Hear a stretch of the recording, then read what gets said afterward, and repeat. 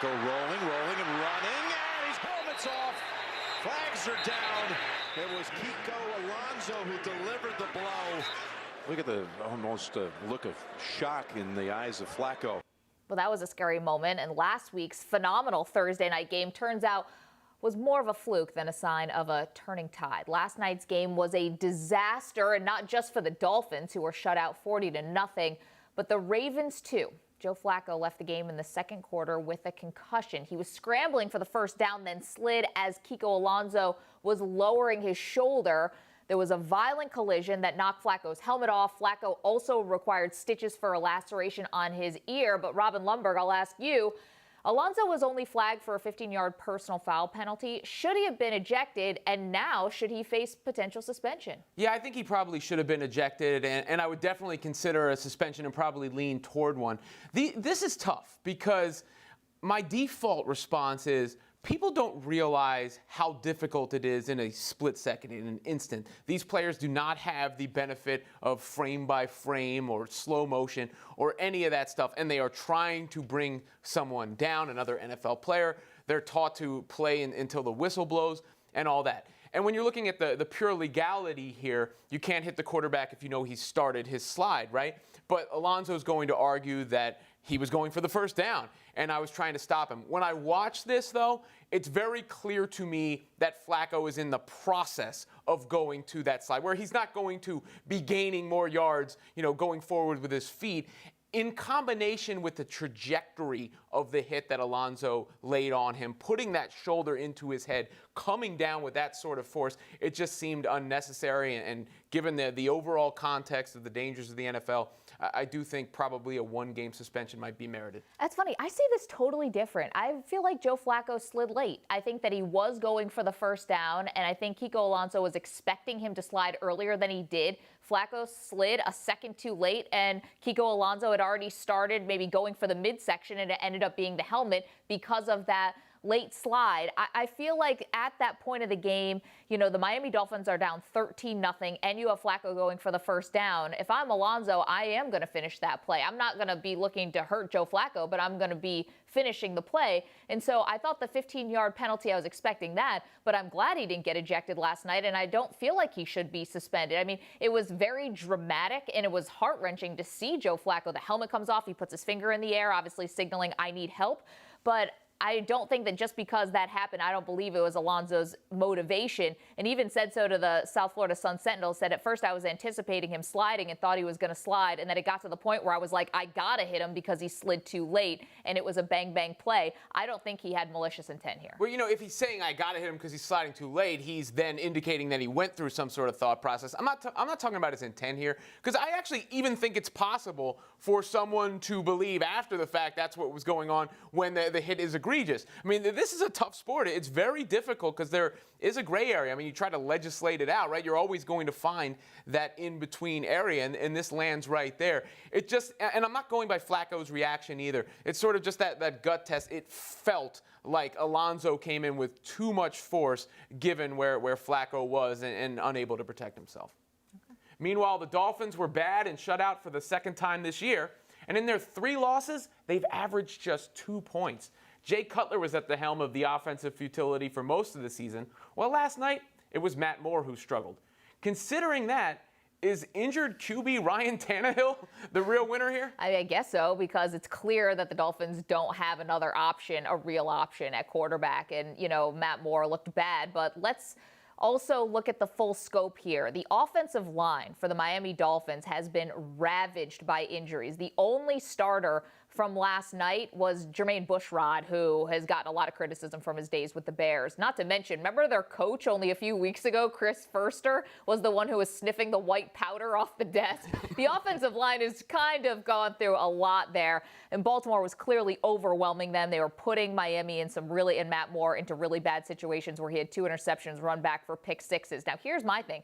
Adam Gase is supposed to be, and we think is, this offensive genius, yet the offense ranked 32nd, that's last in the NFL in total yards per game, 31st in points per game, that's second to worst. They're rushing attack has been absolutely terrible. And so, yes, I think you can blame the offensive line, but where is the creativity from Gase, who's supposed to have basically all the answers to the test when it comes to running an offense? Well, maybe Tannehill's a bit of a microcosm of the NFL at large, where you sit there and you watch a game last night and think, well, these are two mediocre teams, but the records were fine. And if you look around the league, you go, which team is actually great? You know, the Eagles have looked really good. Same thing goes for quarterbacks. You know, we criticize some of these guys because they're not Aaron Rodgers or something along those lines. But then when you see the alternatives in action, you might realize that there's a phrase I really like, perfect is the enemy of good. Right. In your search for perfection, you might not realize you have it pretty good in the meantime, and maybe Tannehill was a little bit better than we all thought because the overall talent isn't that high. Yeah, we've been talking every week. Is it parity? Is it mediocrity? It's looking like it's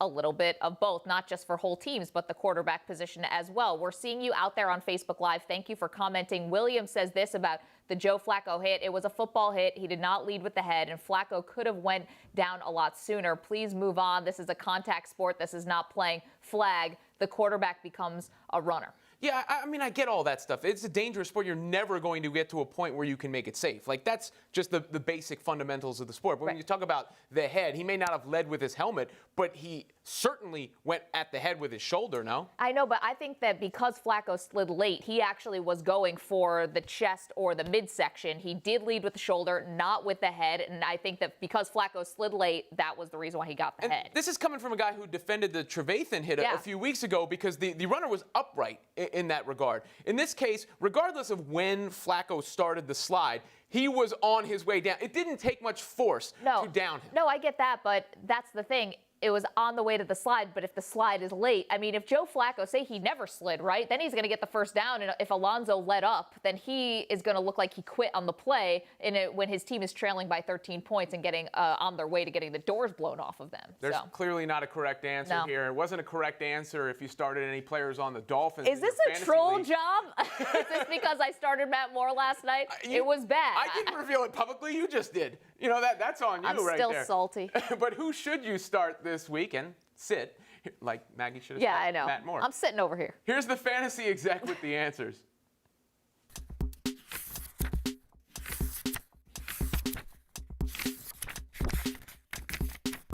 Welcome to SI Now Live's weekly stardom and sit-em for fantasy football. I'm Robin Lundberg, joined alongside the fantasy exec, Corey Parson. Let's start with our fantasy executive. Let me tell you, I killed it last week. Remember Amari Cooper? People was benching Amari Cooper. I said play him. Went for 44 in the PPR. I said bench Marshawn Lynch. He gets thrown out the game.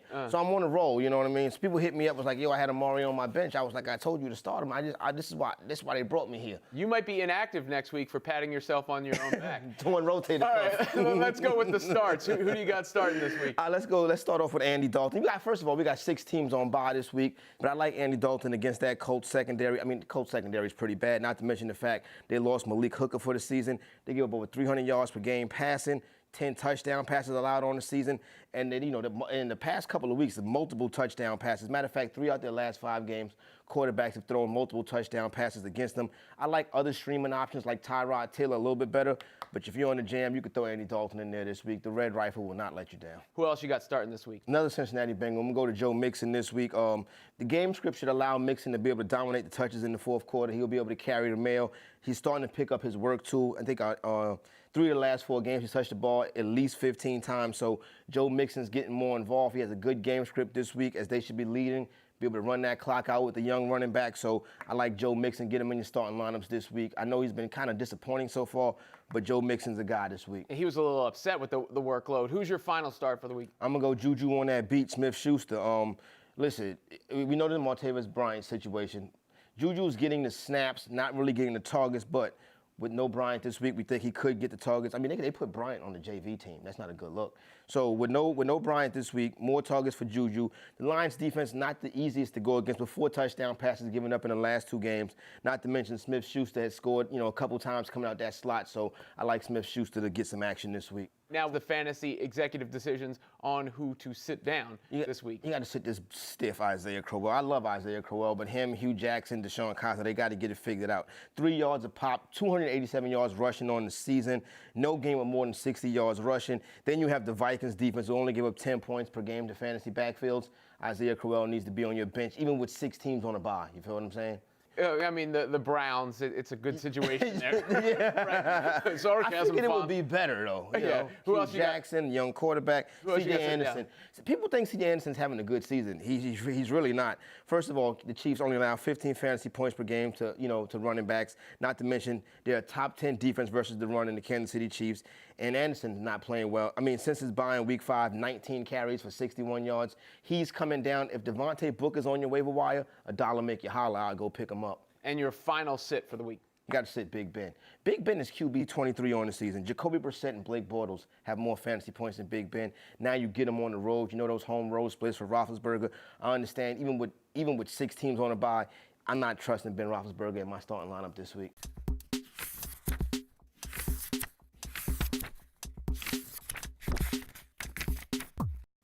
And I'm joined now by Rams running back Todd Gurley, who joins us courtesy of Old Spice.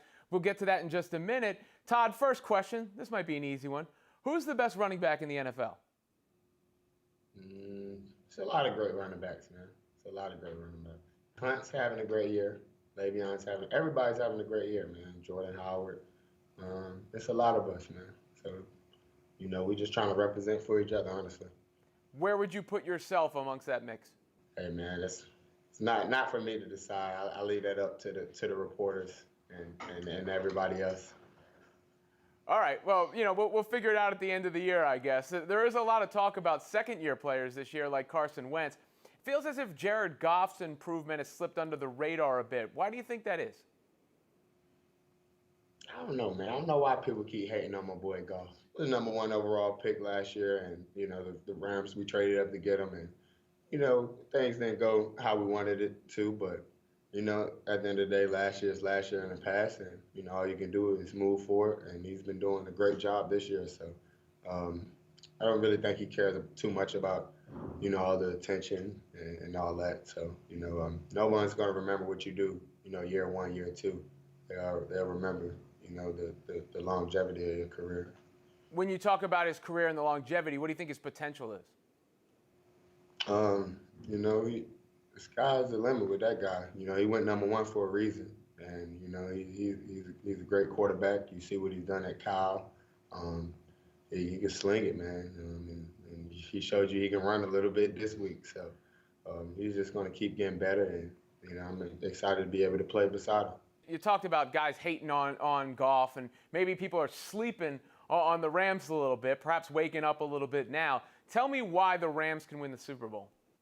Anybody can win the Super Bowl. You just got to take it game by game. You just win the games, win your division, and just get better every week. I feel like the NFL is a 500 league. Anybody can beat anybody. We can lose to Seattle one week, and Seattle can lose to Cleveland, or we could lose to Cleveland, we could beat Cleveland. So, you just got to, stay grounded every week, not take any team lightly, and try to, get better every week. You just crushed the Cardinals, who lost Carson Palmer, and still their coach, Bruce Arians, explained away any interest in Colin Kaepernick. Does it strike you as odd still that coaches like Arians are explaining away any interest in possibly signing Colin Kaepernick? He's a great quarterback. You can't name too many quarterbacks that went to back-to-back Super Bowls, and for him not to have a job is still ridiculous to me. But that's out of my control, and I don't make those decisions. But he's definitely a good quarterback in my eyes, and I still feel like he has a lot of potential. You were pretty blunt about the NFL needing to stop the international games like London, Mexico City. You feel that it's unfair to the players? Is that why? Yeah, most definitely. It just depends on the situation. The main reason I was saying that because we were playing Arizona, and for us to be an hour away and to have to travel 13 hours to go to London to play a team that's an hour away definitely doesn't make sense at all to me. But Like I said, I'm not going to be the first team. I'm not going to be the last or the first team to go to London. So I'm pretty sure a lot of people feel that way. But, you know, at the end of the day, it is what it is. We go over there, we play the game, and, you know, the crowd is, the fans, no disrespect to the fans over there, they're great. They had support, 70 plus thousand fans over there. So we definitely appreciate all the support that we had over there. When it comes to your home stadium at the Coliseum, there are pictures shared where it can look pretty empty or filled with visiting teams' fans. How hard is it to play in that atmosphere right now? It's not hard. You know, at the end of the day, it is what it is. We don't play the game for fans to show up. At the end of the day, we have to go out there and play a game. You know, and if they show up, they show up. If they don't, they don't. Obviously, we would love to have the stadium filled every week for sure, and that's the goal for us. You know, they just keep winning. You know, like I said, you have to win in order for fans to show up or want to come to a game. So we understand that, and we want to just keep winning so we can, you know, get LA fans to come to the games for sure. And if you do win, you think that LA can become a prominent football town? Only time will tell. Only time will tell. Definitely a basketball town. I mean, I haven't been football over here in 20 years, so you just can't expect, you know, someone to just start coming to football games all the time. And I heard the traffic for football games is probably the worst. So I'm pretty sure a lot of people don't come to the games as well. When you speak about it being a basketball town, on your Twitter feed, it's pretty clear you're a fan of other sports. Are you excited about the NBA back? Are you fixated on the Big Baller brand, or is it something else? Yes, love the Big Baller brand, man. I'm excited, man. Definitely excited to have NBA back. Definitely excited to have college basketball back. About to watch the best team in the nation, Duke, win the national championship. And, you know, hopefully the Lakers get to the playoffs as well. Wait, you're sounding like LeVar. You're saying the Lakers are going to get to the playoffs? I didn't say they was going to get to the playoffs. I said hopefully that they make the playoffs. All right, tell us a little bit about what you're doing with Old Spice. I'm here with Old Spice to introduce you to the new Invincible Spray. Protection up to 48 hours, low residue, no white streaks. Comes in 3 different scents: the Pure Sport, Swagger, Bear Glove, and I'm excited to be partnering up with Old Spice here today. Which teammate is already the best smelling guy you've got in your locker room? It's me. I'm Old Spice, man, the official smell of the NFL. So, you know, All right. I'm had to put my boys on this stuff as well, so they won't be running around here all sweaty. Old Spice Invincible Spray, delivering 48-hour protection in fresh, manly scents and a dry spray that doesn't leave the white marks on your skin or a T-shirt. Find out more at oldspice.com. Todd Gurley, appreciate the talk, man. All right, man. Thank you. Take care.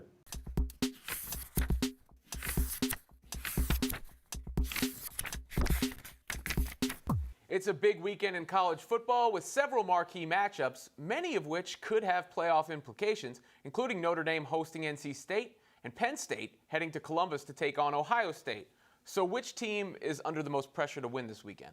I think Notre Dame is, because they have absolutely no margin for error. Even though they're not the only team that has no margin for error, I am absolutely convinced that if they win out, they are 100% in the college football playoff, even though they will not play in a conference championship game because they are an independent. And I think the committee wants Notre Dame as part of their Final Four, and college football as a whole wants them, because it's not just a regional team. They have such a mass appeal throughout the country. Maybe people would say throughout the world. I think a lot of Notre Dame fans in Ireland, you know, all of that stuff. So I think the fact that they have NC State, who is ranked, then 8th ranked Miami, then 20th ranked Stanford. I think that if Notre Dame wins out, they are in. Obviously, if they lose to NC State, it all goes away. It's a good point. I'll go with Penn State, though, because their expectations have shot way up as the season has gone along. They really haven't played anybody of worth. Michigan, as far as the name goes, but Michigan hasn't very much been impressive this season.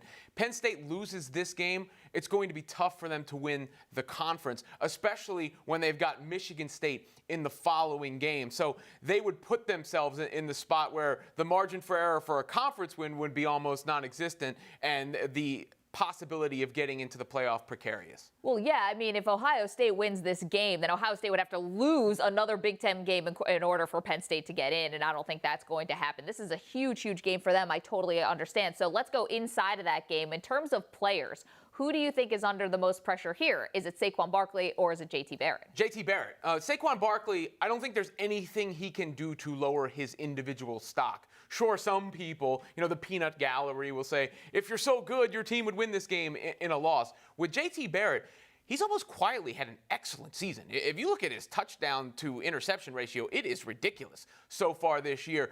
But that could kind of go away for him because he's not perceived at the same level as Saquon Barkley is with a bad performance against Penn State. With a good one, I think people will start to take notice of what he's done so far this year, and maybe he could ride that the rest of the season. I agree with you that J.T. Barrett has played a lot better since that Week 2 loss against Oklahoma. You kind of forget that he sort of owns a lot of Big Ten records because he's been at college for like 7 years. Most of those people are called doctors. But no, I'm just kidding. I mean, he obviously has gone through a lot of injuries, and so he's been around for a long, long time.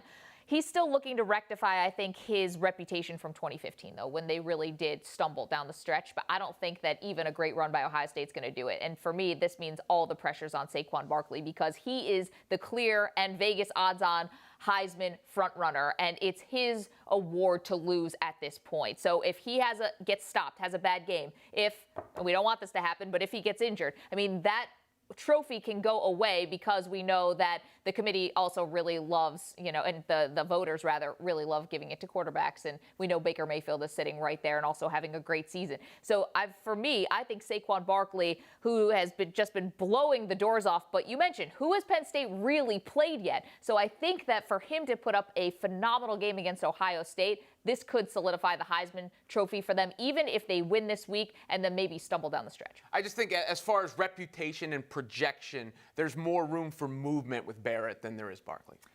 Yeah, but I think there's more at stake for Barkley because J.T. Barrett right now is a 10-1 Heisman How many favorite. different words can we parse this with? Let's go word salad. Stake, reputation. Meanwhile, let's talk hockey. Rather, let's talk to a hockey player. Sean Avery played for 4 teams through 10 seasons in the NHL. He wrote a book. It's called Ice Capades, and I talked to him about it earlier this week.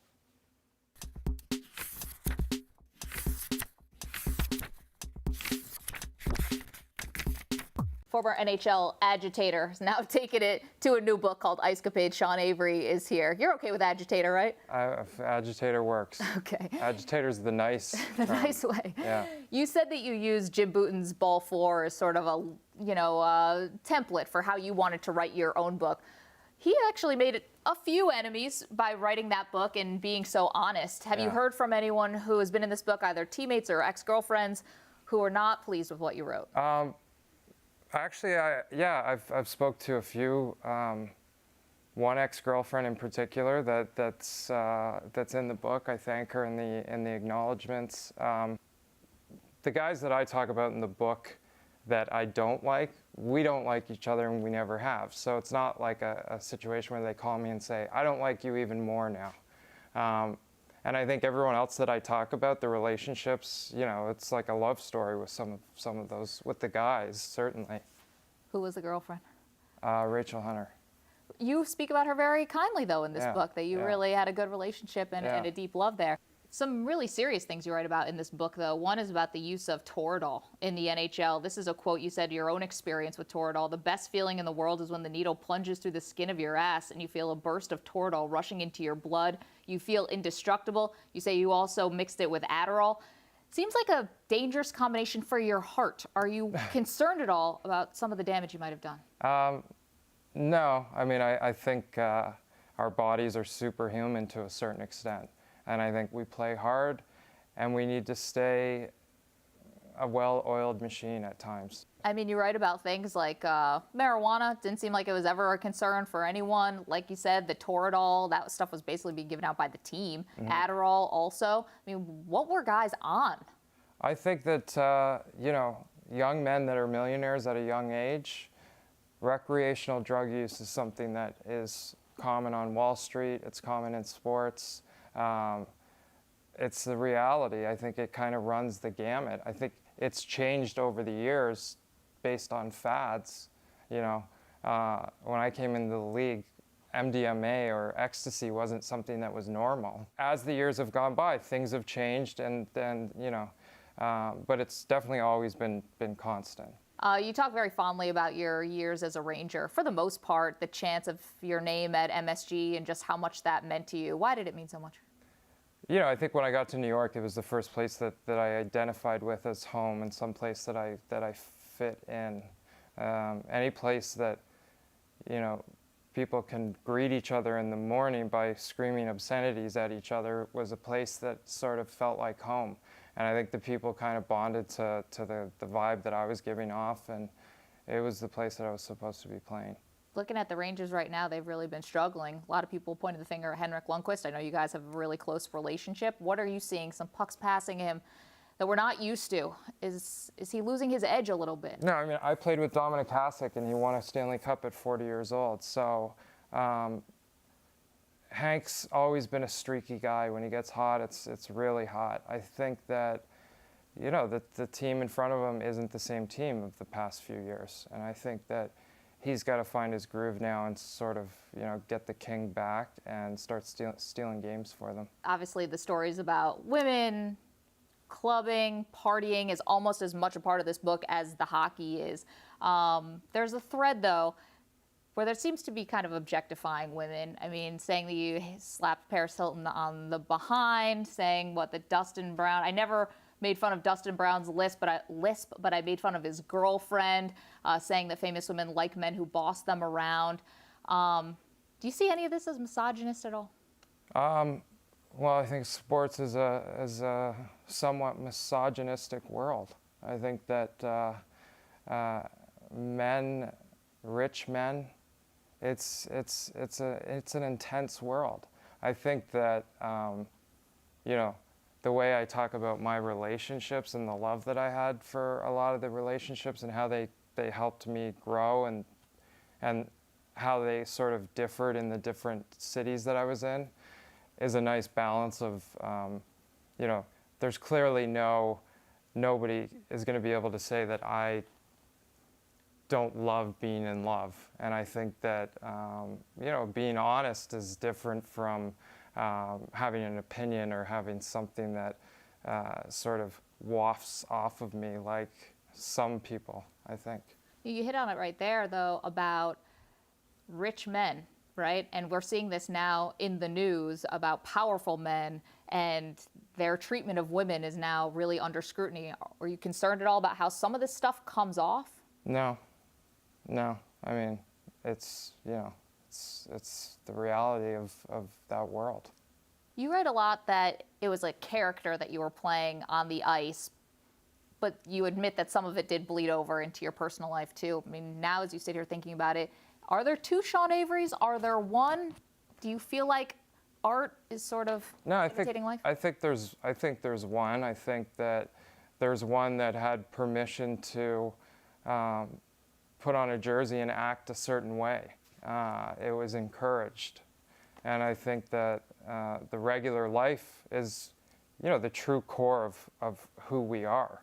I don't think that you can measure an athlete and who they are from their jersey. Do you feel like you're a different or better person than you were when you were playing? It's moments. You know, I don't have a time machine. I can't go back and change anything that happened. I can learn from situations. I can make sure that I don't do them again. And I think now I think about it and I don't think, what would I have said differently? I think of, how did I react moving forward to it? Sean Avery, congratulations on the book, Ice Capades, and wishing you all the best of luck moving forward, your acting career, all the things that you have going on. Cool. Thanks for having me. Thank you.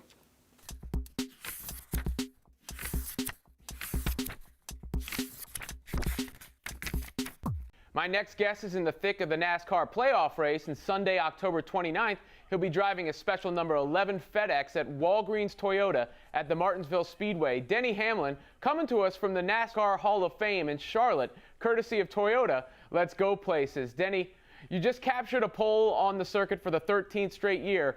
What's the hardest thing about maintaining that level of consistency? Well, it's having a great race team. That's the biggest thing I can attribute it to, is having a team that you're capable of going to any given track and performing at a high level at. I feel like we're one of the few that have been able to do something like that, and really it's because of the hard work that gets put in behind the scenes. What goes into making a great race team? Well, there's so many facets of a race team. You have to have a great crew chief to set up the car, or a great pit crew to get you on and off the pit road fast. The driver has to do his job. You can't have any mechanical failures, and that goes back to the race shop and make sure the assembly and everything is just right. So it's so many little things that can decide the difference on whether you're a champion or not. Now, you've said that NASCAR drivers should make NFL and NBA money. Can you elaborate on that for those who might be skeptical of such a statement? Well, I was asked, basically whether I think that drivers deserved a pay cut, and ultimately I immediately said no. NASCAR drivers are superstars, and they do extraordinary things, and in my opinion, they deserve to make as much as those guys in other sports. But to me, it's more about the race teams and making sure that they're healthy. They can put in whatever race car driver they want to behind the wheel, and that will make our sport better in the long run. These guys are superstars and deserve to be taken care of like that. Now, when you talk about the NBA and the NFL, many casual fans will know the stars there. Who would you say is the face of NASCAR, and who should be? Well, there's a lot of different guys. You have the veterans, the guys that have been around. You have Jimmy Johnson, Dale Jr. Those guys have been around the sport, and they're in their 40s now. And you have a new group coming up, the Ryan Blaney, Chase Elliott, and those guys that will be around for 15, 20 years. So it's tough to say. I don't know that there's really one face. I mean, Dale Jr. is probably the guy right now, but he's in his final season. Kyle Busch is very popular amongst casual race fans. So I think that you have to kind of just meet the drivers and understand them and pick out which one's your favorite, and the most popular will come through eventually. To that point on the popularity, there's been a bit of a decline in viewership numbers for recent NASCAR events. What would you attribute that to, and what do you think could bring those numbers back up? Well, I think the way people watch races has changed, and the way they watch all sports has changed. Between social media, I mean, people can find out anything they want to know within a few clicks on their phone now. So it's definitely different. All sporting events, when you go to in person, there's so much more to it than the actual game itself or the race itself. So I think that people consume the race differently, but I think NASCAR is probably as popular as it's ever been right now. Nobody's checking scores or watching other stuff while they're driving the cars, right? No, you can't do any of that, that's for sure. All right, obviously it's been a much bigger story in the NFL, but there has been some debate over possible protests during the national anthem in NASCAR, with team owners Richard Petty and Richard Childress indicating they would fire a driver who participated in a protest, but NASCAR officially stating the country grants anyone the right to peacefully protest an opinion. And Dale Earnhardt Jr., who you referenced before, quoting JFK, all Americans are granted rights to peaceful protest. Those who make peaceful revolution impossible will make violent revolution inevitable. What is your take on all that? My stand is I've been standing with my hand over my heart for all of my life. It's just the way I do it, but it's, everyone's entitled to do whatever they want to do. I think that NASCAR has always been at the forefront of honoring the military and the flag. We really take all of our service members very seriously. We have an Honor and Remember program that comes to the racetrack each and every weekend. So I would definitely err on the side of you probably will never see any protest on the NASCAR side, but you never know. People are entitled to their opinion, and they can do whatever they want, but it's something we have not seen over the NASCAR side. Maybe an easier question for you to answer is to tell us a little bit about the special Toyota you'll be driving at Martinsville.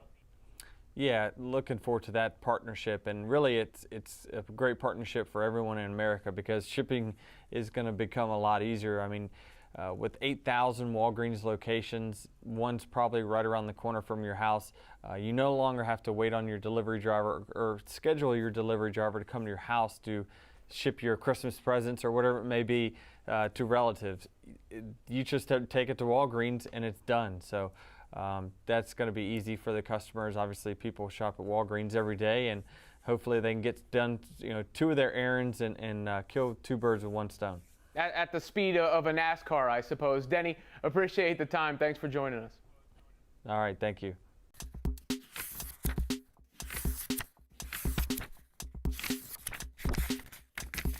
Really appreciate all the engagement on Facebook today. Thank you guys so much for commenting throughout the show. I love this one from Tony because I was actually just talking to Robin about this as we were watching the Denny Hamlin interview. He says, why are all the good games, college football games, in the 3:30 Eastern window? Poor scheduling. Tony, yes, you're right. Why last week were both of the games in prime time? Why this week are they both at 3:30? Stagger. And you think at this point we'd be able to flex things, right? Yeah, flex. Also, how many channels do we have?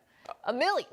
Million different channels, way to watch it. There's got to be ways to figure out. There's scheduling quirks in every sport. I feel like we keep having these arguments. Now, to play the other side of it, obviously these huge corporations have put research into the best time to schedule stuff and whether they're cannibalizing their own product in this case. But it does feel like a bummer when they're right in that same window. Think about the fans. Tony, thank you for bringing that up. Thank you for watching. For all of you who are commenting, we appreciate it. We'll be back on Monday at 10:30 a.m. Eastern Time. Of course, you can stick with SI.com for all the latest news and headlines. You can follow us on Twitter at SI Now Live. That's where we post clips from the show. Have a good weekend. Enjoy watching multiple college football games at the same time. 3:30 is a good time for a game. I love 3:30.